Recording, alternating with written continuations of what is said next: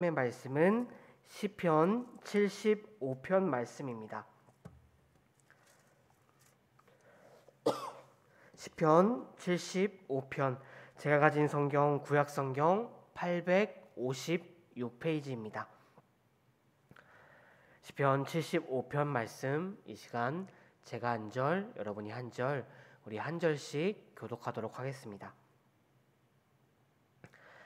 하나님이여, 우리가 주께 감사하고 감사함은 주의 이름이 가까움이라. 사람들이 주의 기이한 일들을 전파하나이다.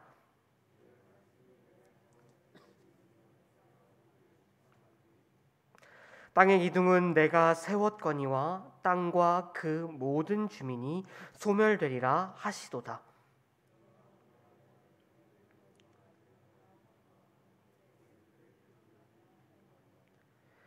너희 뿔을 높이 들지 말며 교만한 목으로 말하지 말지어다.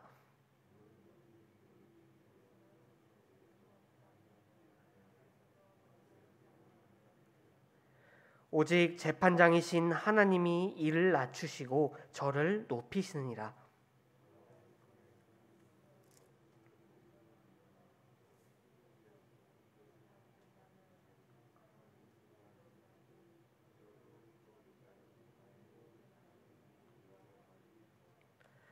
나는 야곱의 하나님을 영원히 선포하며 찬양하며 또 악인들의 뿔을 다 베고 의인의 뿔은 높이 들리로다. 아멘.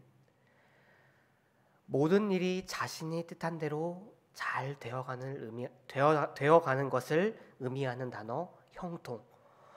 사람들은 누구나 이 형통을 누리며 형통한 삶을 살기를 원합니다.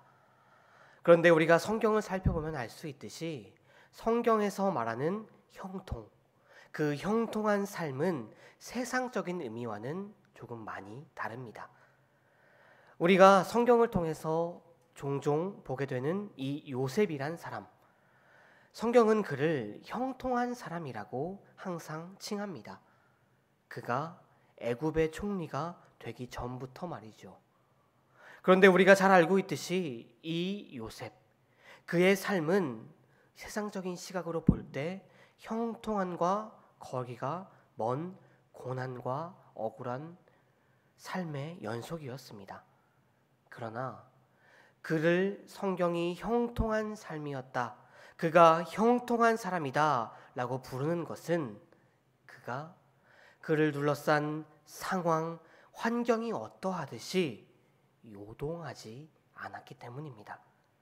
늘 하나님의 주권을 인정함으로 주님을 내 인생의 주인으로 삼아 믿고 의지했기 때문이죠. 언제 어디서나 무엇을 하든지 하나님의 주권을 인정함으로 주님을 내 인생의 주인으로 삼아 맡기고 의지하는 삶, 바로 이것이야말로 성경이 말하는 형통한 삶입니다. 오늘 우리가 함께 읽은 시편 75편은 아삽의 시 인도자를 따라 알다스엣에 맞춘 노래라는 표제어가 붙어있는 시입니다. 여기서 알다스엣에 맞춘 노래, 이것이 무엇을 의미하는지 우리는 정확하게 알 수는 없습니다. 그렇지만 여기서 이 알다스엣이라는 단어가 폐허로 만들지 마소서, 멸하지 마소서라는 뜻을 지니고 있는 단어이기 때문에 학자들은 이 시가 앞선 74편의 시처럼 이스라엘이 대적들의 공격으로 커다란 환란에 처했을 때 지어진 시다라고 말하곤 합니다. 그런데 그런 나쁜 배경, 너무나도 힘든 환경 속에서 지어진 이 시를 기록한 시인은 요동하지 않고 있습니다. 1절을 보시면 그는 오히려 그 환난 가운데 우리가 주께 감사한다라고 노래하고 있습니다. 또 마지막 9절을 보시면 내가 하나님을 영원히 선포하며 찬양하겠다 노래하고 있습니다. 그와 동족들이 처한 현실과 환경은 너무나도 어렵지만 그는 요동하지 않고 있는 것 같습니다. 어떻게 그럴 수 있을까요? 너무나도 힘든 상황 속에서 하나님을 노래하겠다, 하나님을 찬양하겠다, 어떻게 이리도 당당하고 씩씩하게 말할 수 있는 것이겠습니까? 그는 하나님의 주권을 인정하고 주님을 내 인생의 주인으로 삼아 맡기고 의지하는 형통한 사람이었기 때문이겠죠. 그렇게 그는 고난과 시련 속에서 하나님을 원망하고 왜 하나님 우리를 도와주시지 않냐고 따지는 것이 아니라 잠잠히 하나님의 때를 바라보고 있습니다.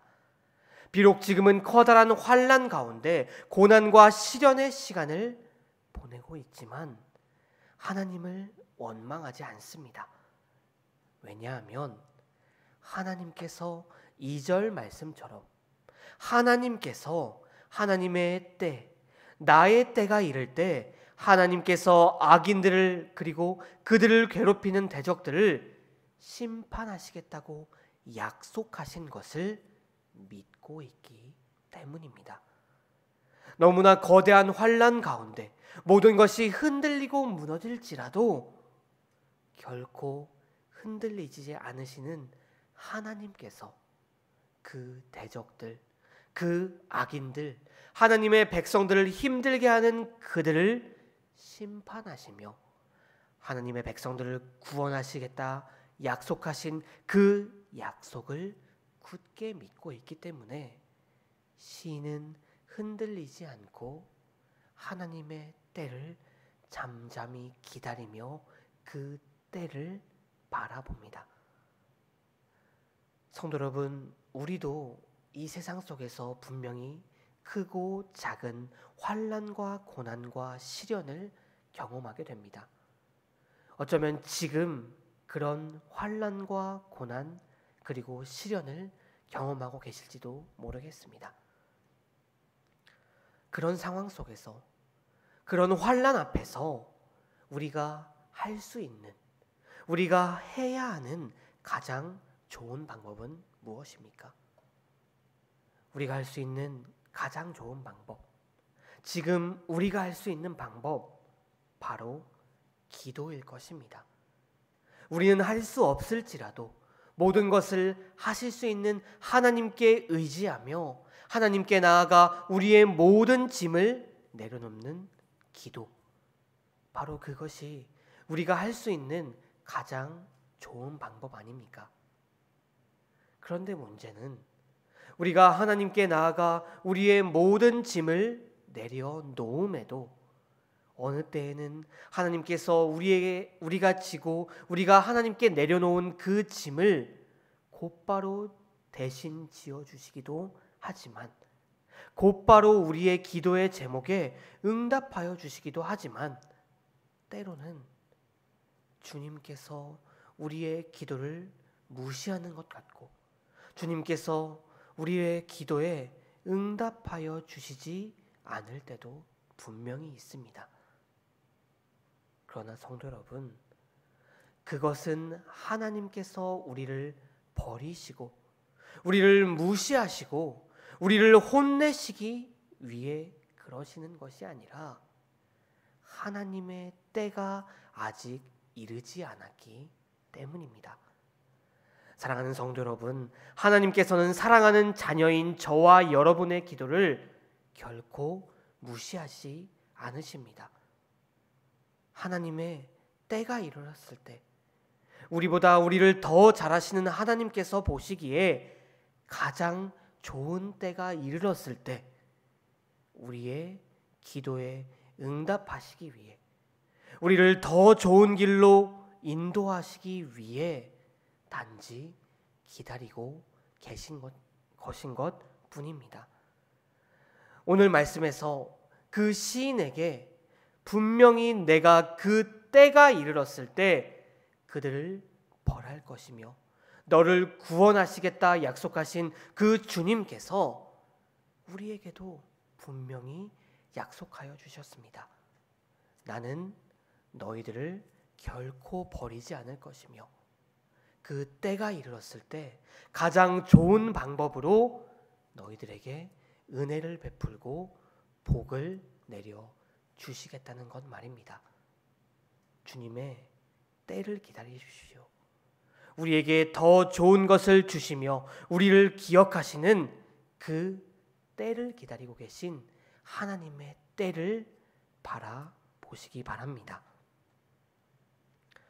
이렇게 하나님의 때를 바라볼 것을 노래한 시인은 이어지는 4절과 5절에서 조금 다른 이야기를 하고 있죠. 그는 오만하지 말 것과 교만하지 말 것을 노래하고 있습니다. 왜 시인이 갑자기 하나님의 때를 기다리겠다 노래하던 시인이 오만과 교만을 경계하고 있는 것일까요? 그것은 오만과 교만이야말로 하나님의 주권으로 나를 채워가는 것을 방해하며 하나님의 주권을 인정하는 것을 어렵게 하여 우리가 하나님을 의지하는 것을 방해하기 때문입니다. 우리가 형통한 삶을 사는 것을 너무나도 방해하기 때문에 오만과 교만을 경계하고 있습니다. 자신의 오만과 교만이야말로 자신의 힘과 능력을 맹신함으로 내 인생의 주인은 나라는 생각을 갖게 하기 때문인 것이죠. 성도 여러분, 잠언 16장 18절은 우리에게 분명히 이렇게 교훈합니다.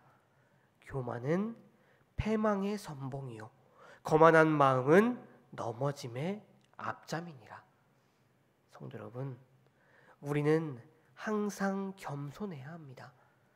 내 뜻이 아니라 하나님의 뜻대로 이루어지도록 기도할 수 있어야 합니다. 늘 하나님의 주권을 인정함으로 주님을 내 인생의 주인으로 삼아 맡기고 의지해야 할 것입니다. 우리가 그러할 때 겸손한 자를 높이시고 교만한 자를 낮추시는 하나님께서 저와 여러분들을 높여 주실 것입니다. 우리가 그러할 때 우리는 형통한 삶을 살게 될 것입니다. 사랑하는 성도 여러분, 우리 하나님은 공정한 재판장이십니다. 악인에게는 벌을 주시지만 하나님의 백성들에게는 상을 주시는 공정하신 분이십니다. 그 하나님께서 오늘 우리에게 약속하십니다. 그 때가 이르렀을 때 내가 너희에게 은혜를 베풀어 주시겠다. 너희들이 나만을 바라보고 나를 의지하며 살아갈 때 너희들의 이름을 높여 주시겠다. 그 하나님을 믿고 의지하는 저와 여러분들이 되시기를 바랍니다. 나의 힘, 나의 능력이 아니라 전능하신 하나님의 힘과 능력을 의지하고 그 약속을 바라보며 하나님의 주권을 인정함으로 주님을 나의 인생의 주인으로 삼아 우리의 모든 것을 맡기고 의지함으로 요셉처럼 형통한 삶을 살아가는 저와 여러분이 되기를 바랍니다. 오늘 하루도 우리에게 주신 이 말씀을 의지하며 형통한 삶을 살아가는 저와 여러분들이 되시기를 소망합니다. 함께 기도하시겠습니다.